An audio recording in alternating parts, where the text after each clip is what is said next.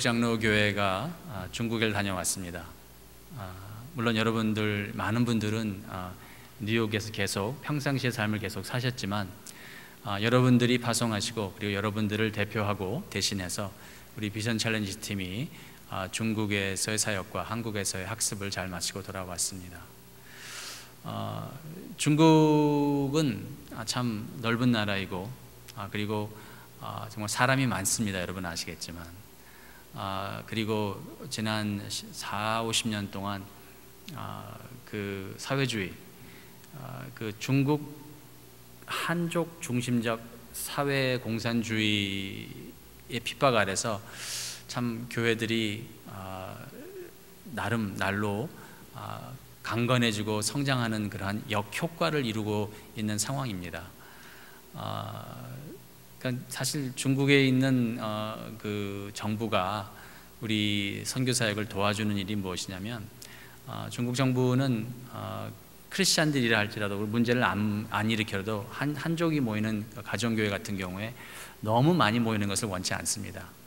조직되는 것을 원치 않고 많이 모이는 것을 원치 않아서 우리 가정교회들이 한 100명 정도 모이는 가정교회로 성장을 하면 공안들이 찾아와서 가정교회를 분립하라고 하고 그래서 웬만한 한 100명 정도 모이는 가정교회는 어쩔 수 없이 50과 50으로 둘로 나눠지는 상황을 지난 20년 동안 저희는 경험을 하고 있습니다. 참 감사한 것은 어쩔 수 없이 50과 50으로 나눠지면 또 얼마 안 있으면 또 양쪽 다 100으로 또 늘어난다는 거예요. 제가 숫자에 약하고 숫자에 정말 연연하지 않는 사람이라서 지금까지 사실 한 번도 이런 질문 안 해봤는데 이번에 제가 팀을 인솔해서 간 부담도 있어서 그런지 모르겠는데 제가 물어봤어요. 우리 선교사님들에게 지금 현재 우리 선교단체가 그리고 우리 뉴욕 장로교회가 섬기는 이 중국 가정교회들의 숫자를 몇이라고 표현하면 좋겠습니까? 라고 하니까 선교사님들이 갖고 있는 자료를 보시면서 우리 가정교회에 모이는 숫자가 한족들만 모이는 거예요. 중국 한족들이 모이는 가정교회 숫자가 한 2,000개 정도 되겠습니다라고 말씀하시더라고요. 2,000개 되는 넘는 지역에서 매주 예배를 드리고 있고 그곳에서 전도와 선교의 사역을 감당하고 있는데 거기에 모이는 성도의 숫자를 더해 보니까 한 18만 명 정도 됩니다. 그래서 이러한 일들에 있어서 여러분들 어쩌면 여러분들은 종이 무관하게끔 생각하실 수도 있었겠지만 여러분들을 대신하고 대표해서 우리 선교팀이 중국에 가서 한족 가정교회들과 함께 예배드리고 선교사님들을 돕는 일을 하였는데 사실 여러분들이 하신 것입니다. 그래서 여러분들이 중국에 잘 다녀오셨다라고 여러분 생각하셔도 좋겠다 싶습니다. 선교지를 다녀오면 항상 제가 느끼는 것이 있는데 저에게는 제가 섬기고 있는 이 지역이 저에게는 가장 적합한 선교지라고 느껴집니다. 제가 갖고 있는 달란트라든지 또 하나님께서 저를 준비시켜 주신 그 모든 것을 봤을 때 저는 너무도 오늘 감사하고 행복합니다. 다른 곳이 아닌 이곳에서 제가 오늘 복음을 증거할 수 있다는 사실이 정말 하나님께 감사한 이 순간입니다. 그리고 또한 감사한 것은 이곳에서 여러분과 함께 예배를 드리고 또 전도와 선교의 꿈을 펼쳐나가고 양육에 있어서 동력할 수 있는 여러분들과 같은 좋은 동력자들을 만나게 하신 하나님께 감사를 드리면서 오늘 말씀을 전하고자 합니다. 그래서 저는 오늘 특별히 로마서 1장 14절에 있는 사도의 표현, 헬라인이나 야만이나 지혜 있는 자나 어리석은 자에게, 즉 표현적으로 하자면 세상에 있는 모든 사람들이라는 게 되겠습니다. 세상에 있는 모든 사람들에게 사도는 다 내가 빚진 자라고 표현합니다. 자, 어째서 사도는 자신을 빚진 자라는 표현을 썼을까요? 복음의 증인이라고 표현해도 되겠고, 그리고 복음을 증거하는 또 설교자 아니면 사역자라고 표현해도 좋을 터인데, 사도는 여기서 빚진 자, 빚을 졌다라는 표현을 하고 있습니다. 그래서 저는 이 빚진 자에 대한 뜻이 무엇일까? 그리고 제가 바람이 있다면 여러분과 저도 오늘 예배를 드리고 나가시면서는 나도 복음의 빚진 자다라고 잔잔한 그리고 영원한 그러한 깨달음이 있기를 주님의 이름으로 축원합니다. 사도 바울은 어째서 자신을 빚진 자라고 표현했을까요? 무엇보다도 빚이라는 것은 빚이라는 것은 부담이 있는 것인데, 복음으로 말미암은 사도에게는 복음으로 말미암은 거룩한 부담이 있었다는 것입니다. 여러분, 빚은 그냥 있는 것이 아닙니다. 갚아야 되는 것입니다. 빚을 갖고 있는 사람은 정말 생각하는 사람이라면 그 빚을 갚을 때까지는 본인이 사고 싶은 거 사서는 안 되는 것이고, 쓰고 싶은 거 써서는 안 되는 것이고, 무엇보다도 수중에 돈이 생기면 본인을 위해서 쓰기 전에 빚을 먼저 갚는 것이 생각하는 사람이고 옳은 사람이라고 저는 생각을 합니다. 그러니까 다시 말해서 사도가 여기서 지금 자신을 빚진 자라고 얘기하는 것은 전도하는 것과 선교하는 것이 가장 중요한 것이라는 거예요. 여기서 전도하는 것과 선교하는 것이 사도에게는 넘버 원 프라이어리티로서 가장 시급한 일로 다가온다는 것이에요. 다른 거 하기 전에 사도에게는 전도하고 복음 전하고 예수 그리스도를 자랑하고 십자가를 증거하는 일에 있어서 사도에는 거룩한 부담으로 다가왔습니다. 여러분 어떠십니까? 여러분과 저의 삶 속에 있어서 가장 시급한 일이 무엇입니까? 그 시급한 일이 예수를 자랑하는 일이 되시기를 주님의 이름으로 축원합니다. 사도에게 복음을 전하는 것은 옵션이 아니었습니다. 머스트였습니다. 필수 조건이었고 이것을 해야만 되는 것이었습니다. 다시 말해서 은혜를 아는 사람, 복음을 아는 사람, 거듭난 사람, 자신을 예수 그리스도의 제자라고 자칭하는 사람들에게는 말씀을 증거하고 예수를 자랑하고 십자가를 자랑하는 것은 옵션이 아니라 머스트고 거룩한 부담이라는 사실을 우리는 잊지 말아야 할 것입니다. 사실 이러한 마음을 가진 사람들이 130년 전에, 그리고 그 전에도 조선이라고 하는 한반도에 복음을 가지고 들어갔던 일들이 있습니다. 1885년을 기억하십니까? 1885년 부활절 아침은 조선이라고 하는 한반도에 복음으로 말미암은 큰 역사가 있는 날이었습니다. 감리교 선교사인 아펜젤러와 그리고 장로교 선교사인 언더우드가 동시에 그날 조선 땅을 밟습니다. 1885년이었습니다. 사실 그 당시 조선은 은둔의 나라였고 어두운 나라였고 여러 가지 풍토병이 많았고 폐렴 또 나병 등등 질병이 많았던 나라였습니다. 조정은 부패해서 썩어서 세금을 엄청 매겼었고, 그래서 백성들이 겨우 농사져서 세금을 낸 후에 그러고 나서 얼마 안 있으면 바로 굶는 일이 생기는 아주 힘든 상황이 그들에게 펼쳐지고 있었습니다. 그래서 서민은 허덕거리고 있었고, 그리고 부패한 조정들의 그 정치하는 사람들의 농간 속에서 나라는 계속해서 쇠약하는 상황을 가고 있었던 때가 1885년 조선 땅이었습니다.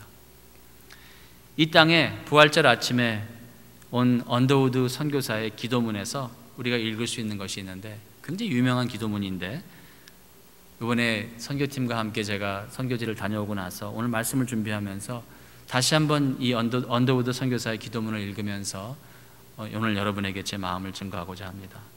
사실 이 언더우드 선교사는 젊은 나이에 조선에 들어가고, 그리고 본래 조선에 가고자 했던 것이 아니었으나 하나님의 그 참 심야막측한 인도하심 속에서 조선이라는 곳에서 선교를 시작을 하시고 그 세문안 교회를 개척을 하게 되는데, 본인만이 아니라 본인의 자손 4대까지 계속 한국에서 복음의 영향력을 미친 가정입니다.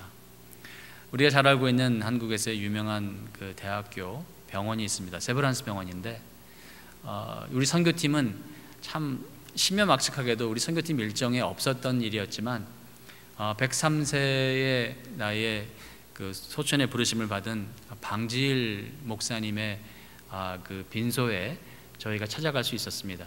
세브란스 병원이었고, 그리고 세브란스 병원은 연세대학교라고 하는 대학교에 연결된 건데, 연세대학교라는 그 이름 자체가 연희동이라는 연자와 세브란스라는 세자를 합쳐서 연세대학교가 세워지게 됩니다. 그런데 연세대학교를 세워지고, 그리고 세브란스 가족을 통해서 한국에 그 의료대학을 세우고, 무지한 나라, 그리고 질병으로 허덕이는 나라에 복음의 뜨거움을 가지고, 그리고 복음의 거룩한 부담을 가지고 세브란스 같은 사람들로 하여금 조선에 복음적인 투자를 하게끔 한 사람이 언더우드입니다. 그런데 이 언더우드는 처음에 조선 땅에 발을 디디고는 절망에 빠졌습니다. 조선에 내려서 그 선교 사역을 해야 되는데 너무도 벽이 높았습니다. 그리고 조선에 가서 복음을 증거하는데 사람들이 바로 환영하는 것이 아니었습니다. 참 신기해요. 진리를 말함에 있어서도 사람들이 진리를 받을 준비가 안 돼 있으면 진리를 증거하는 사람이 너무도 힘들어지고, 근데 조선의 상황이 이 언더우드 선교사 같은 사람이 복음을 가지고 갔고, 복음 외에 의료, 또 교육, 그리고 정말 조선에 필요한 많은 것들을 가지고 가서 조선인들보다도 더 조선을 사랑했던 언더우드가 복음을 증거하고 있었는데, 언더우드는 배척을 당한다는 거예요. 사람들이 언더우드를 고마워하지 않습니다. 그리고 복음의 씨를 뿌리는데도 불구하고 열매를 맺지 못하는 일을 계속 반복하고 있었습니다. 그래서 언더우드가 다음과 같은 기도문을 드립니다. 주여, 지금은 아무것도 보이지 않습니다. 주님, 메마르고 가난한 땅, 나무 한 그루 시원하게 자라오르지 못하는 이 땅에 저희들은 옮겨와 앉아 있습니다. 그 넓고 넓은 태평양을 어떻게 건너왔는지 그 사실 자체가 기적입니다. 주께서 저희들을 붙잡아서 툭 떨어뜨려 놓은 듯한 이곳, 지금은 저희들에게 아무것도 보이질 않습니다. 보이는 것이 있다고 하면 고집스럽게 얼룩진 어둠뿐입니다. 어둠과 가난에, 그리고 인습에 묶여있는 조선 사람들밖에 보이질 않습니다. 사실 그들은 자신들이 왜 묶여있는지도, 그리고 어떠한 고통 밑에 있는지도 모르고 살아가는 것 같습니다. 고통인 줄 모르는 자들에게 복음으로 말미암아서 고통을 벗겨주겠다고 하는데, 그들은 오히려 저희들을 의심하고 화부터 내고 있습니다. 조선 남자들, 그들의 속셈은 보이질 않습니다. 이 나라 조정의 내심도 보이질 않습니다. 가마를 타고 다니는 여자들을 영영 볼 기회가 없으면 어쩌나 하고 두려워합니다. 무엇보다도 조선의 마음이 보이질 않습니다. 그리고 저희가 해야 할 일이 무엇인지 보이질 않습니다. 생각해 보세요. 얼마나 힘들었으면 선교사로서, 말씀으로서 무장된 이 사람이 태평양을 3개월 건너가는 준비하는 그 과정 속에서 얼마나 복음을 증거하고 싶은 그 부푸른 마음이 있었겠습니까? 선진국인 나라에서 그 당시에 복음의 불모지였던 은둔의 나라, 어둠의 나라, 폐쇄적인 나라에 정말 복음을 가지고, 진리를 가지고 들어갔는데 사역에 부딪힙니다. 벽이 높습니다. 사람들이 그 복음을 받아들이지 않습니다. 그러니까 여기서 지금 지친 거예요. 언더우드 선교사가 아무것도 못하겠다라고 얘기하면서 하는 얘기가, 그리고 저희가 해야 할 일이 보이지 않습니다라고 기도한다는 거예요. 근데 여기서 믿음의 사람의 모습이 나타납니다. 그러나 주님, 순종하겠습니다. 겸손하게 순종할 때 주께서 일을 시작하시고 그 하시는 일을 우리들이 영적인 눈으로 볼 수 있는 날이 있을 줄 믿나이다. 얼마나 힘들었으면 지금 기도를 하면서 보이지 않는 상황 속에서 영안을 열어달라고 지금 기도하면서 믿음은 바라는 것의 실상이요 보지 못하는 것의 증거니라고 하신 말씀을 따라 조선의 믿음의 앞날을 볼 수 있게 될 것을 믿습니다. 사실 이 언더우드 선교사의 기도가 이루어집니다. 조선이라고 하는 이 한반도의 그 나라에, 그 교회에 엄청난 부흥이 오고, 그리고 그 한반도에 있는 조선의 그 교회가 미국을 제외한 세계의 어느 나라보다도 가장 많이 선교사를 파송하는 나라가 되는데, 그 열매가 사실 보면 이 기도로부터 시작한다고 볼 수 있겠습니다. 언더우드는 이렇게 기도합니다. 지금은 우리가 황무지 위에 맨손으로 서 있는 것 같사오나, 지금은 우리가 서양 귀신, 양귀자라고 손가락질 받고 놀림받고 있사오나, 저희들이, 조선 사람들이 우리 영혼과 하나인 것을 깨닫고 하늘나라의 한 백성, 한 자녀임을 알고 눈물로 기뻐할 날이 있음을 믿나이다. 지금은 예배드릴 예배당도 없고 학교도 없고 그저 경계와 의심과 멸시와 천대함이 가득한 곳이지만 이곳이 머지않아 은총의 땅이 되리라는 것을 믿습니다. 주여, 오직 제 믿음을 붙잡아 주소서. 이번 선교여행을 통해서 저희들이 깨달은 것은 거룩한 부담이 있는 자들이 드리는 기도는 하나님의 기도라는 것을 배웠습니다. 중국은 정말 복음의 불모지였습니다. 중국은 우리 선교회에서 중국을 바라보면서 우리가 언제 중국을, 정말 중국의 가정교회들을 세울까 하는 두려운 마음이 20년 전에 있었습니다. 그리고 우리 선교회에서도 정말 처음 몇 년 동안은 우리 동아시아 선교회 또 문도신학교라는 것을 세워가면서 양육을 하는 과정 속에서 처음 정말 거의 10년 동안은 어떤 특별한 열매가 없이 정말 보이지 않는 상황 속에서 기도를 하고 있었습니다. 그런데 지금은 한 20년이 지난 이 시점에 와서 문득 우리 자신들에게 물어보니까 우리가 지금 어디에까지 와 있지라는 질문에 있어서 우리의 기도, 정말 하나님께서 우리에게 기도시키신 바 2,000곳이 넘는 곳에서 한족 가정교회들이 모이고 있고, 그리고 18만 명의 성도들이 주일에 정말 저희들이 섬기는 그러한 사역지를 통해서 하나님의 말씀을 듣고 있다는 사실을 우리가 이번에 생각해 보면서 깜짝 놀랐다는 것입니다. 때로는 지교에서도 우리 눈앞에 보이는 일들이 우리가 생각하기에는 너무도 큽니다. 우리가 넘지 못할 그러한 어떠한 담들이 있습니다. 예전에는 안 그랬었는데 어떠한 시점으로 말미암아서 우리 교회 안에도 어쩌면 대화의 그 창문이 막히고 대화가 더 이상 되지 않는 어떠한 그 높은 담이 있습니다. 인간적인 생각을 해보자면 어찌하여서 우리가 그것을 넘을 거라는 생각을 하지만 저는, 그리고 여러분과 저는 기도할 수 있습니다. 우리가 하나님께서 우리 교회를 만세전의 뜻 안에서 이 교회를 세우셨음을 우리가 믿고, 그리고 이곳에서 주님의 놀라우신 말씀으로 말미암은 부흥의 역사가 일어날 것에 대해서 우리가 믿음으로 우리의 영안을 열어주시옵소서라는 기도를 드리면서 언젠가는 이곳에 화평이, 그리고 언젠가는 이곳에 정말 대화와 소통이 너무도 자연스럽게 펼쳐나며, 때로는 한동안은 미워도 했고, 그리고 때로는 한동안은 서로 시기, 질투 아니면 오해 속에 말미암아서 사랑이 아닌 미움의 대화를 나누었던 사람들일지라 할지라도 복음의 놀라운 부활의 그리고 회복의 역사 속에서 이곳에서 뜨거운 눈물에, 그리고 뜨거운 회개와 회복의 역사가 일어날 것을 저는 믿습니다. 그것을 바라보지 않으면 너무도 힘든 이 상황 속에서 저도 어쩌면 언더우드처럼 주여 보이질 않습니다라고 외치고 고백하고 힘들어할 수 있겠으나, 언더우드가 서 있던 그 황무지보다는 훨씬 비옥한 땅이 이곳이기에 저는 언더우드보다 더욱더 행복하게 그리고 믿음의 자신감을 가지고 주님께 오늘 기도를 드릴 수 있는 것입니다. 제가 바람이 있다면 주님께서 여러분의 영안도 열어주셔서 여러분도 이 동일한 기도를 들으시면서 주여 우리가 이곳에 서 있나이다, 주여 우리에게 한 마음 한 뜻 한 복음의 그 마음을 허락하여 주시사 이 교회로 하여금 우리 주 예수 그리스도의 사랑으로 가득 충만한 그러한 교회가 될 수 있도록 다시 한번 축복의 장을 열어주시옵소서 간구해야 될 줄로 믿습니다.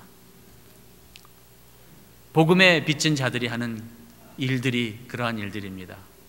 사도 바울은 복음에 빚진 자로서 거룩한 부담을 갖고 복음을 위해서, 선교를 위해서 바로 눈앞에 보이는 일들은 어려울지라도 황당할지라도 황무지일지라도 복음에 빚진 자로서 땅끝까지 복음을 증거하는 일에 있어서 본인의 생명을 아끼지 아니한 것처럼, 언더우드처럼, 아펜젤러처럼 우리 뉴욕 장로교회에 있는 여러분과 저도 지금 이 시점에 믿음의 그 눈을 가지고 믿음의 기도를 드리면서 복음의 그 거룩한 부담을 가져야 될 줄로 저는 믿습니다.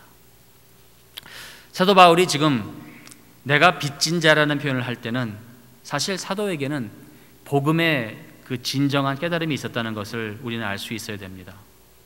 사실 우리가 복음을 증거하지 못할 때, 전도하지 못하고 선교하지 못할 때는 복음에 대한 오해가 있는 것입니다. 빚이라는 것은 우리가 나름 갚으면 당당한 마음을 가질 수는 있겠습니다만 사실 빚 갚은 사람은 그것을 빚 갚았다고 자랑할 것도 아니고 빚 갚은 사람을 칭찬할 일도 아니라고 저는 생각을 합니다. 왜냐하면 빚은 당연히 갚아야 되는 일이기 때문에 그렇습니다. 당연하게 갚아야 되는 것인데 갚은 것을 우리가 뭐라고 얘기하겠습니까? 크리스찬이라면 우리가 하나님으로부터 받은 빚이 있습니다. 그리고 우리는 우리 스스로가 가만히 있는데 복음을 깨달은 것이 아니라 누군가가 우리에게 복음을 전해 주었기 때문에 우리는 하나님께 빚을 진 사람들이고 그리고 우리의 신앙의 선배들에게 빚을 진 사람이라고 저는 생각합니다. 그리고 복음을 가진 사람들은, 거듭난 사람들은, 복음을 깨달은 사람들은 그 복음을 우리 이웃에게 증거하는 일이 너무도 당연한 것입니다. 복음을 증거하면서 자랑한다는 것은 어리석은 것입니다. 내가 이만큼. 어쩌면 교회에서 제일 어리석은 것이 신앙의 경력을 자랑하는 것인지도 모르겠습니다. 우리는 거저받은 것을 거저준 것뿐인데, 그리고 우리가 우리의 일을 나의 열심으로, 우리의 헌신으로, 나의 희생으로 한 것이 아니라 하나님께서 하나님의 열심으로 하나님의 영광을 위해서 하나님이 하신 일에 저희를 동참케 하신 것인데, 우리가 만일 우리의 신앙의 경력을 자랑한다면 그것이야말로 어리석은 것이라고 저는 생각합니다. 마태복음 10장에 보면 예수님께서 이런 말씀하십니다. 차라리 이스라엘의 집에 잃어버린 양에게로 가라. 가면서 전파하여 말하되 천국이 가까웠다라고 말하며 병든 자를 고치고 죽은 자를 살리고 문둥 병자를 깨끗하게 해주며 귀신을 쫓아내되 그러나 너희가 거저받았으니 거저주어라 말씀합니다. 자랑할 게 없는 거예요. 왜? 거저받은 거 거저주는 데 있어서 거기에 무슨 행위가 있고 무슨 자랑할 것이 있겠습니까? 오직 은혜인 것입니다. 사도 바울은 이런 표현을 합니다. 고린도전서 9장 16절 말씀, 내가 복음을 전할지라도 자랑할 것이 없음은 내가 부득불할 일임이라. 만일 복음을 전하지 아니하면 내게 화가 있을 것이미로다. 여러분 묻습니다. 복음은 누가 전합니까? 선교사가 전합니까? 목사가 전합니까? 아니면 전도 어떠한 훈련을 받은 사람이 전합니까? 복음은 예수를 사랑하는 사람들이 전하는 것입니다. 복음은 거듭난 사람이면 누구든지 전하는 것입니다. 복음을 증거하기 위해서는 특별한 교육이 필요 없습니다. 예수를 알면 되는 것입니다. 복음을 증거하기 위해서, 선교하기 위해서, 전도하기 위해서 특출한 프로그램은 불필요한 것입니다. 예수를 알고 예수를 사랑하는 사람이라면, 그리고 복음을 아는 사람이라면 아무런 행위 없이 우리가 아직 죄인 되었을 때 하나님께서 우리를 긍휼히 여기시사 우리의 노력이 아닌, 우리의 인간의 행함이 아닌, 인간의 노력과 행함이 아닌 오직 하나님의 긍휼로 말미암아서 하나님께서 여러분과 저를 어둠의 자녀에서 빛의 자녀로 불러주셨음을 깨닫는 우리는 거저받은 것이고, 거저받은 사람들은 거저 나눠주는 것입니다. 복음 증거하면서 자랑은 없습니다. 복음을 증거하면서 잘났다고 얘기하는 것도 없고, 희생했다고 하는 것도 없고, 더 많은 희생 없습니다. 주어진 환경 속에서 내가 드릴 수 있는 것은 받은 것을 드리는 것이기에 내가 저 사람보다 더 많이 드렸다? 없는 것입니다. 내가 누구보다 더 많은 희생을 했다? 아닙니다. 내가 더 많은 희생을 할 수 있도록 내가 먼저 받은 것이고, 내가 더 많은 것을 받은 것이기 뿐이기 때문에 복음을 참으로 아는 사람은 복음을 증거하면서 교만해질 수 없는 것입니다. 자만할 수 없는 것이고, 복음을 참으로 받은 사람은 많이 드리면서 많은 것을 거저받았으니 많이 드릴 수 있다는 사실을 깨닫는 사람이기에 복음을 증거하면서도 오히려 겸허해지는 것이 복음의 빚을 깨닫는 사람이라고 저는 말씀드리고 싶습니다. 누가복음은 이렇게 얘기합니다. 명한 대로 하였다고 종에게 살해하겠느냐? 이와 같이 너희도 명령받은 것을 다 행한 후에 이르기를 우리는 무익한 종이라 우리의 하여야 할 일을 한 것뿐이라 할지니라. 복음을 제대로 깨닫는 사람들은 복음을 증거해야 되는, 선교해야 되고 전도해야 되는 것에 대해서 거룩한 부담을 느끼기 시작을 합니다. 이걸 하지 않고는 내가 견딜 수 없구나, 이것을 행하지 않으면 나에게 화가 될 수도 있겠다라는 그러한 거룩한 부담이 오면서 그 복음을 증거하는 일에 있어서 쓰임받기 위해서 기도를 합니다. 그리고 그 복음을 증거할 수 있는 기회가 되어서 복음을 증거할 때 그것에 있어서 자랑하지 않습니다. 우쭐대지를 않습니다. 내가 했다라고 누구에게나 알리고자 하는 마음도 없습니다. 사도 바울은 갈라디아 교회에게 보낸 편지에는 이런 식으로 표현을 합니다.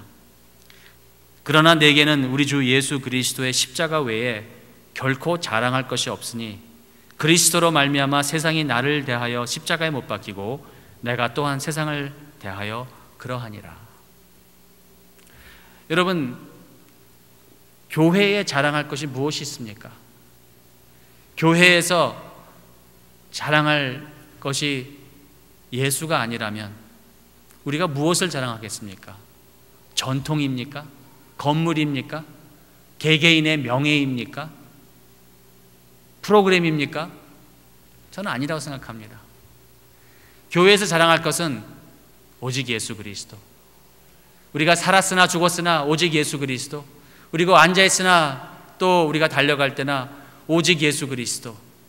저는 바람이 있습니다. 여러분과 저의 삶 속에서 우리가 자랑할 것은 오직 예수 그리스도밖에 없다라는 이것이 우리 교회에 있는 모든 사람들의 신앙 고백이 되기를 주님의 이름으로 축원합니다. 사도 바울이 나는 복음의 빚진 자라고 얘기할 때는 분명히 사도는 복음을 제대로 이해하고 있었고, 그리고 복음이라는 것은 이 세상에 얘기하는 것처럼 우리가 예수를 믿어서 어떠한 축복을 누린다라는 개념이 아니라 많은 경우에 복음 그리고 축복을 이 세상에 있는 교회들과 또 이 세상에서 있는 종교들은 이렇게 얘기를 합니다.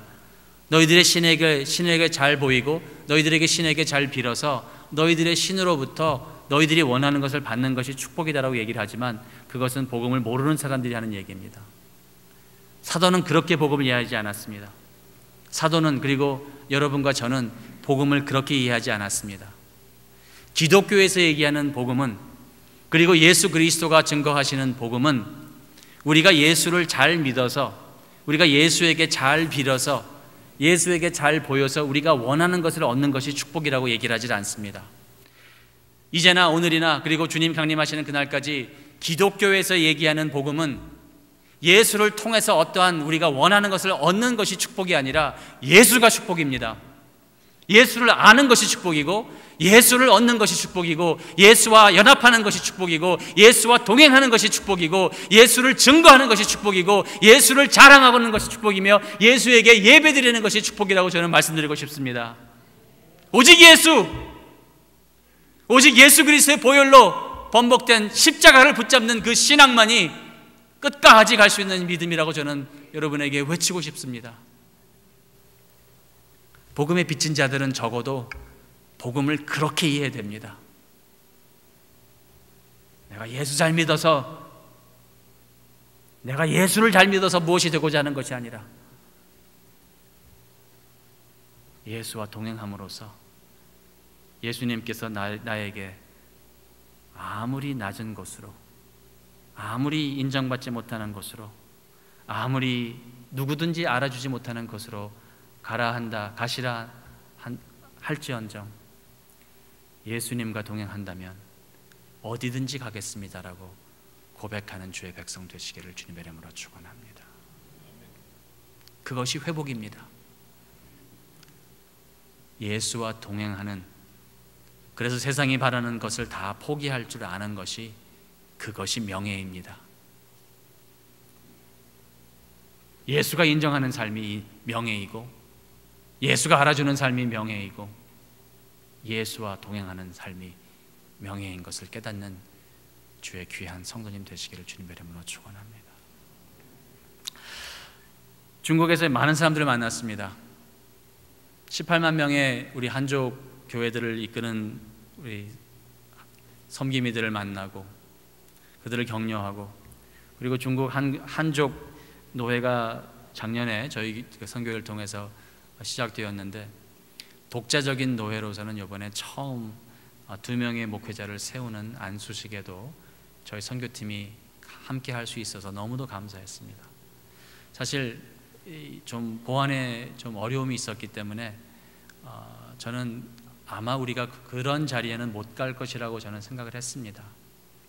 10월은 중국에게는 그 모태똥이 장개석을 이긴 독립을 기념하는 달이기도 하면서 홍콩의 그 젊은이들의 그 데모, 그러한 움직임들이 있어서 이번에 그 중국에서의 그 사역이 굉장히 그 위축되고 어려운 상황이었습니다. 근데 놀랍게도 우리 한족 그 가정교회 지도자들이 저희를 초대했습니다. 사실 저희야 뭐 발각되면 쫓겨나면 그만이고 다시 중국에 못 들어가는 상황이 되면 그만이지만, 외국인과 함께 그런 사역을 하는 것이 노출되는 한족 사역자들은 끔찍한 형벌을 기대해야 되는데, 그들은 담대하게도 그들이 정말 여러분과 제가 우리 선교팀을 파송했다는 사실을 알고, 그리고 정말 우리 교회가 그들과 함께 하며, 제가 그들에게 뉴욕에 있는 여러분들의 형제 자매들이 예수 안에서의 안부를 전합니다라고 했을 때 그들은 너무도 기뻐하면서 그들이 혼자가 아니라는 사실을 인식하며 우리를 받아주었는데, 그들에게는 정말 세상이 어찌할 수 없는 담대함이 있었습니다. 그 담대함은 사도 바울에서도 발견되는 것이고, 그 담대함이 사도에게 나는 복음의 빚진 자라고 얘기하는 요소가 되는 것입니다. 한국에서 만난 사람들 중에서 묘비를 통해서 만난 한 사람을 소개하고 설교를 마치고자 합니다. 이분은 육신으로는 저희와 함께하지 아니하지만 저희보다 더 확실한 영생에 거하시는 분이십니다. 로마서 1장 16절 말씀처럼 내가 복음을 부끄러워하지 아니하노니 라는 이 신앙의 고백을 산 사람으로서 1908년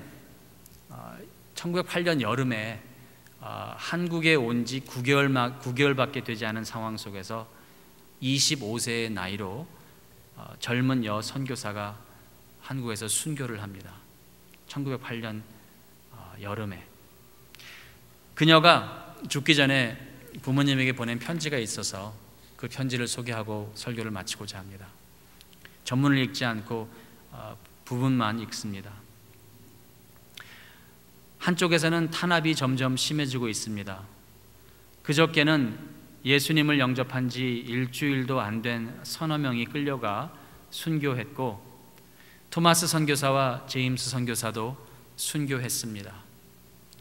선교본부에서는 이렇게 조선의 열악한 상황을 알고 철수하라는 지시가 있었지만, 대부분의 선교사님들은 그들을 통해서 복음을 받은 전도받은 조선인들과 함께 아직도 숨어서 지하에서 예배를 드리고 있습니다.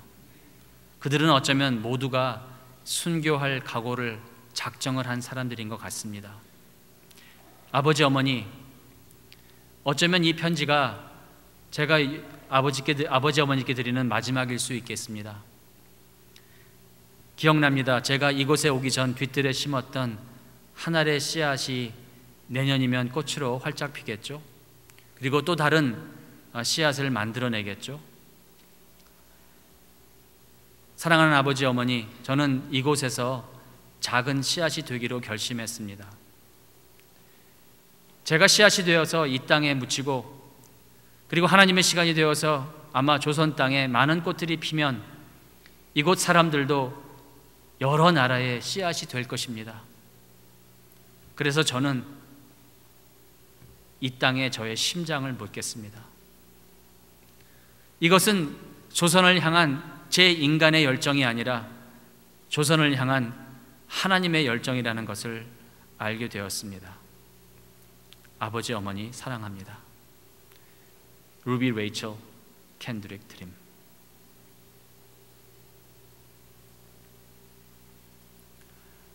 스물다섯 살의 젊은 나이라고는 믿기 어려운 성숙한 편지를 부모님에게 드린 이러한 순교자가 한국에 있었기 때문에, 그리고 아펜젤라 같은 군산 앞바다에서 자신은 구원할 수 있었는데 자신과 동행했던 조선인들을 구하고자 침몰하는 뱃속에 다시 한번 들어가는 아펜젤러의 순교가 있었기 때문에, 그리고 토마스 선교사, 셔우드 홀 선교사, 그 가정들이, 그러한 선교사들이 조선 땅에 복음의 불모지였고 은들의 나라, 어두운 나라, 질병이 심하고 그리고 배척이 심했던 나라에 당신들의 목숨을 아끼지 않고 담대하게 복음을 들고 조선의 땅에 간 사람들이 있었기에 오늘 여러분과 제가 있는 줄로 저는 믿습니다.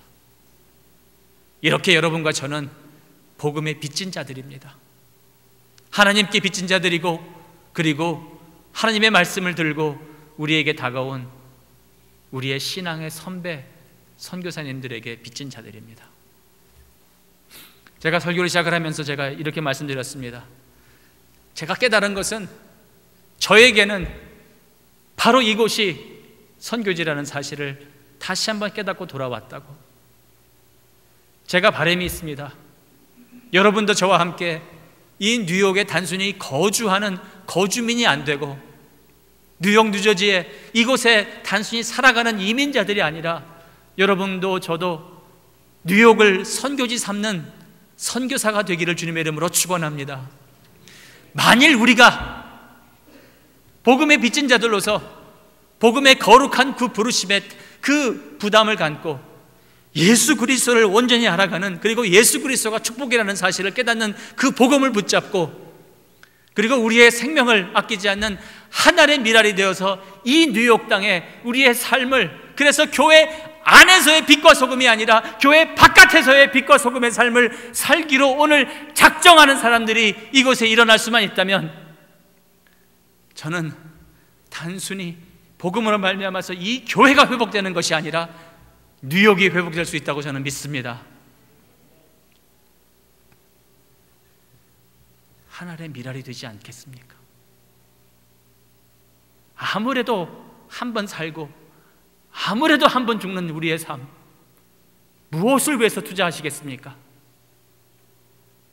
아메리칸 드림이라는 우리에게는 너무도 작은 그 꿈을 위해서 여러분 허비하시겠습니까? 아니면 하나의 미랄이 되어서 예수 그리스도의 복음을 위해서 거룩한 부담을 갖고 온전히 복음을 깨달아서 그 복음을 땅끝까지 뿌리는 데 있어서 내 한 생명 아끼지 않겠다는 그러한 담대함을 가지고 이 뉴욕을 우리의 선교지, 아니 더 나아가서는 필요에 따라서는 뉴욕을 우리의 순교지 삼아서 여러분들의 심장을 묻어보시지 않겠습니까? 만일 그러한 사람들이 이곳에 하나 둘 일어날 수만 있다면 여러분과 저는 복음의 그 빚을 적게나마 갚아갈 수 있다고 저는 믿습니다. 꿈이 있습니다. 주님 강림하시는 그날 우리 뉴욕 장로교회가, 예수 그리스도의 사랑으로 가득 찬 우리 뉴욕 장로교회가, 뉴욕의 세계의 심장부라고 하고 세계의 수도라고 할 수 있는 이 뉴욕에서 정말 이 세상, 이 교회 안에서 왈가왈부하는 그러한 삶이 아니라, 이 교회 안에서 내가 너보다 더 낫느니, 내가 너보다 더 경건하느니 하는 그러한 이 교회 건물 안에서의 빛과 소금의 그러한 모습이 아니라, 내가 복음의 빚진 자로서 이 교회 건물 밖에서 뿌려지는 그러한 하늘의 미랄의 삶을, 빛과 소금의 삶을 살아갈 때, 주님이 언제 강림하실지 모르겠으나 그 강림하시는 그날에 우리 뉴욕 장로교회를 우리 주님께서 기뻐 받으실 줄 저는 확신합니다. 그것이 저의 꿈이자면 꿈이며, 그리고 여러분과 함께 나누고 싶은 그런 꿈입니다. 복음의 빚진 자 되셔서 그 빚을 주 안에서 갚으시는 여러분 되시기를 주님의 이름으로 축원합니다. 기도하시겠습니다.